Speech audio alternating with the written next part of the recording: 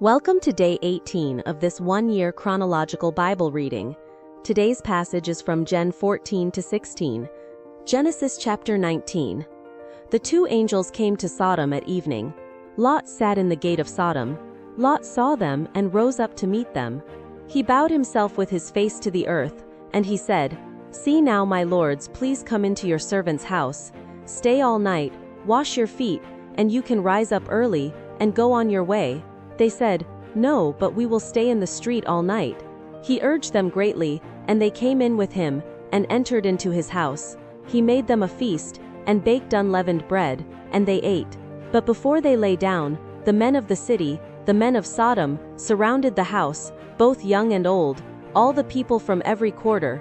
They called to Lot, and said to him, "Where are the men who came in to you this night? Bring them out to us, that we may have sex with them." Lot went out to them through the door, and shut the door after himself. He said, "Please, my brothers, don't act so wickedly. See now, I have 2 virgin daughters. Please let me bring them out to you, and you may do to them what seems good to you. Only don't do anything to these men, because they have come under the shadow of my roof." They said, "Stand back." Then they said, "This one fellow came in to live as a foreigner, and he appoints himself a judge. Now we will deal worse with you than with them." They pressed hard on the man Lot, and came near to break the door. But the men reached out their hand, and brought Lot into the house to them, and shut the door. They struck the men who were at the door of the house with blindness, both small and great, so that they wearied themselves to find the door. The men said to Lot, "Do you have anybody else here? Sons-in-law, your sons, your daughters, and whomever you have in the city, bring them out of the place, for we will destroy this place, because the outcry against them has grown so great before the Lord, that the Lord has sent us to destroy it."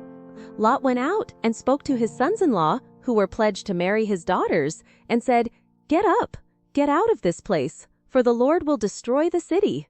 But he seemed to his sons-in-law to be joking. When the morning came, then the angels hurried Lot, saying, "Get up, take your wife and your 2 daughters who are here, lest you be consumed in the iniquity of the city." But he lingered, and the men grabbed his hand, his wife's hand, and his 2 daughters' hands, the Lord being merciful to him, and they took him out, and set him outside of the city. It came to pass when they had taken them out, that he said, "Escape for your life. Don't look behind you, and don't stay anywhere in the plain. Escape to the mountains, lest you be consumed." Lot said to them, "Oh, not so, my lord. See now, your servant has found favor in your sight, and you have magnified your loving kindness, which you have shown to me in saving my life. I can't escape to the mountain, lest evil overtake me, and I die. See now, this city is near to flee to, and it is a little one. Oh, let me escape there. Isn't it a little one? And my soul will live." He said to him, "Behold, I have granted your request concerning this thing also, that I will not overthrow the city of which you have spoken. Hurry, escape there, for I can't do anything until you get there." Therefore the name of the city was called Zoar. The sun had risen on the earth when Lot came to Zoar. Then the Lord rained on Sodom and on Gomorrah sulfur and fire from the Lord out of the sky. He overthrew those cities, all the plain, all the inhabitants of the cities, and that which grew on the ground. But Lot's wife looked back from behind him, and she became a pillar of salt. Abraham went up early in the morning to the place where he had stood before the Lord.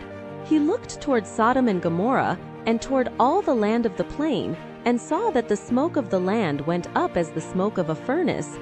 When God destroyed the cities of the plain, God remembered Abraham, and sent Lot out of the middle of the overthrow. When he overthrew the cities in which Lot lived, Lot went up out of Zoar, and lived in the mountain, and his 2 daughters with him, for he was afraid to live in Zoar. He lived in a cave with his 2 daughters. The firstborn said to the younger, "Our father is old, and there is not a man in the earth to come in to us in the way of all the earth. Come, let's make our father drink wine, and we will lie with him, that we may preserve our father's family line." They made their father drink wine that night, and the firstborn went in, and lay with her father. He didn't know when she lay down, nor when she arose. It came to pass on the next day, that the firstborn said to the younger, "Behold, I lay last night with my father. Let's make him drink wine again tonight. You go in and lie with him, that we may preserve our father's family line." They made their father drink wine that night also. The younger went and lay with him. He didn't know when she lay down, nor when she got up. Thus both of Lot's daughters were with child by their father. The firstborn bore a son, and named him Moab. He is the father of the Moabites to this day. The younger also bore a son, and called his name Ben-Ammi. He is the father of the children of Ammon to this day. Genesis chapter 20. Abraham traveled from there toward the land of the south, and lived between Kadesh and Shur. He lived as a foreigner in Gerar. Abraham said about Sarah his wife, "She is my sister." Abimelech king of Gerar sent, and took Sarah. But God came to Abimelech in a dream of the night, and said to him, "Behold, you are a dead man, because of the woman whom you have taken, for she is a man's wife." Now Abimelech had not come near her. He said, "Lord, will you kill even a righteous nation? Didn't he tell me she is my sister?" She, even she herself, said, "He is my brother. I have done this in the integrity of my heart, and the innocence of my hands." God said to him in the dream, "Yes, I know that in the integrity of your heart you have done this, and I also withheld you from sinning against me. Therefore I didn't allow you to touch her. Now therefore restore the man's wife, for he is a prophet, and he will pray for you, and you will live. If you don't restore her, know for sure that you will die, you and all who are yours." Abimelech rose early in the morning, and called all his servants, and told all these things in their ear. The men were very scared. Then Abimelech called Abraham, and said to him, "What have you done to us? How have I sinned against you, that you have brought on me, and on my kingdom a great sin? You have done deeds to me, that ought not to be done." Abimelech said to Abraham, "What did you see, that you have done this thing?" Abraham said, "Because I thought surely the fear of God is not in this place. They will kill me for my wife's sake. Besides, she is indeed my sister, the daughter of my father, but not the daughter of my mother, and she became my wife. When God caused me to wander from my father's house, I said to her, 'This is your kindness which you shall show to me. Everywhere that we go, say of me, he is my brother.'" Abimelech took sheep and cattle, male servants and female servants, and gave them to Abraham, and restored Sarah his wife to him. Abimelech said, "Behold, my land is before you. Dwell where it pleases you." To Sarah he said, "Behold, I have given your brother 1,000 pieces of silver. Behold, it is for you a covering of the eyes to all that are with you. In front of all you are vindicated." Abraham prayed to God. So God healed Abimelech, his wife, and his female servants, and they bore children, for the Lord had closed up tight all the wombs of the house of Abimelech, because of Sarah, Abraham's wife. Genesis chapter 21. The Lord visited Sarah as he had said, and the Lord did to Sarah as he had spoken. Sarah conceived, and bore Abraham a son in his old age, at the set time of which God had spoken to him. Abraham called his son who was born to him, whom Sarah bore to him, Isaac. Abraham circumcised his son Isaac when he was 8 days old, as God had commanded him.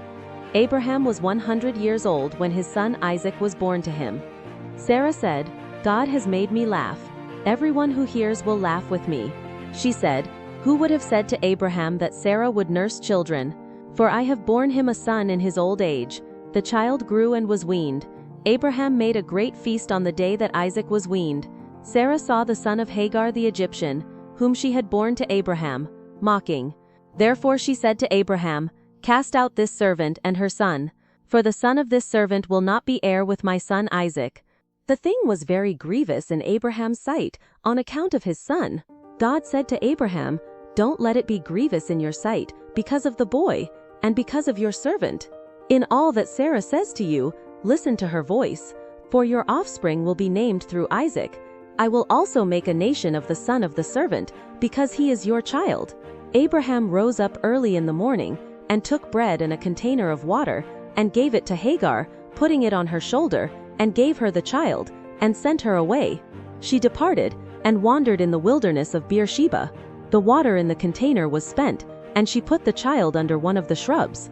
She went and sat down opposite him, a good way off, about a bow shot away, for she said, "Don't let me see the death of the child." She sat opposite him, and lifted up her voice, and wept. God heard the voice of the boy. The angel of God called to Hagar out of the sky and said to her, "What troubles you, Hagar? Don't be afraid, for God has heard the voice of the boy where he is. Get up, lift up the boy, and hold him with your hand, for I will make him a great nation." God opened her eyes and she saw a well of water. She went, filled the container with water, and gave the boy a drink. God was with the boy, and he grew. He lived in the wilderness, and as he grew up, he became an archer. He lived in the wilderness of Paran. His mother got a wife for him out of the land of Egypt. At that time, Abimelech and Phicol the captain of his army spoke to Abraham, saying, "God is with you in all that you do.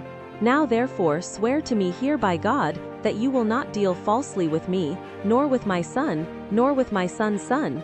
But according to the kindness that I have done to you, you shall do to me, and to the land in which you have lived as a foreigner." Abraham said, "I will swear." Abraham complained to Abimelech because of a water well, which Abimelech's servants had violently taken away. Abimelech said, "I don't know who has done this thing. You didn't tell me, and I didn't hear of it until today." Abraham took sheep and cattle and gave them to Abimelech. Those two made a covenant.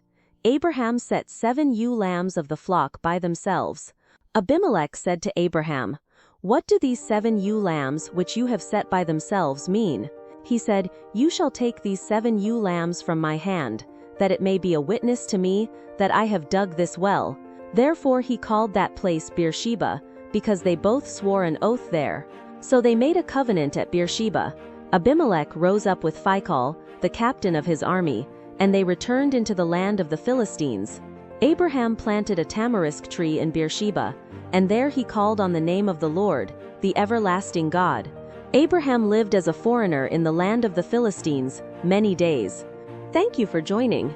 Until tomorrow, have a joyful day. Blessings.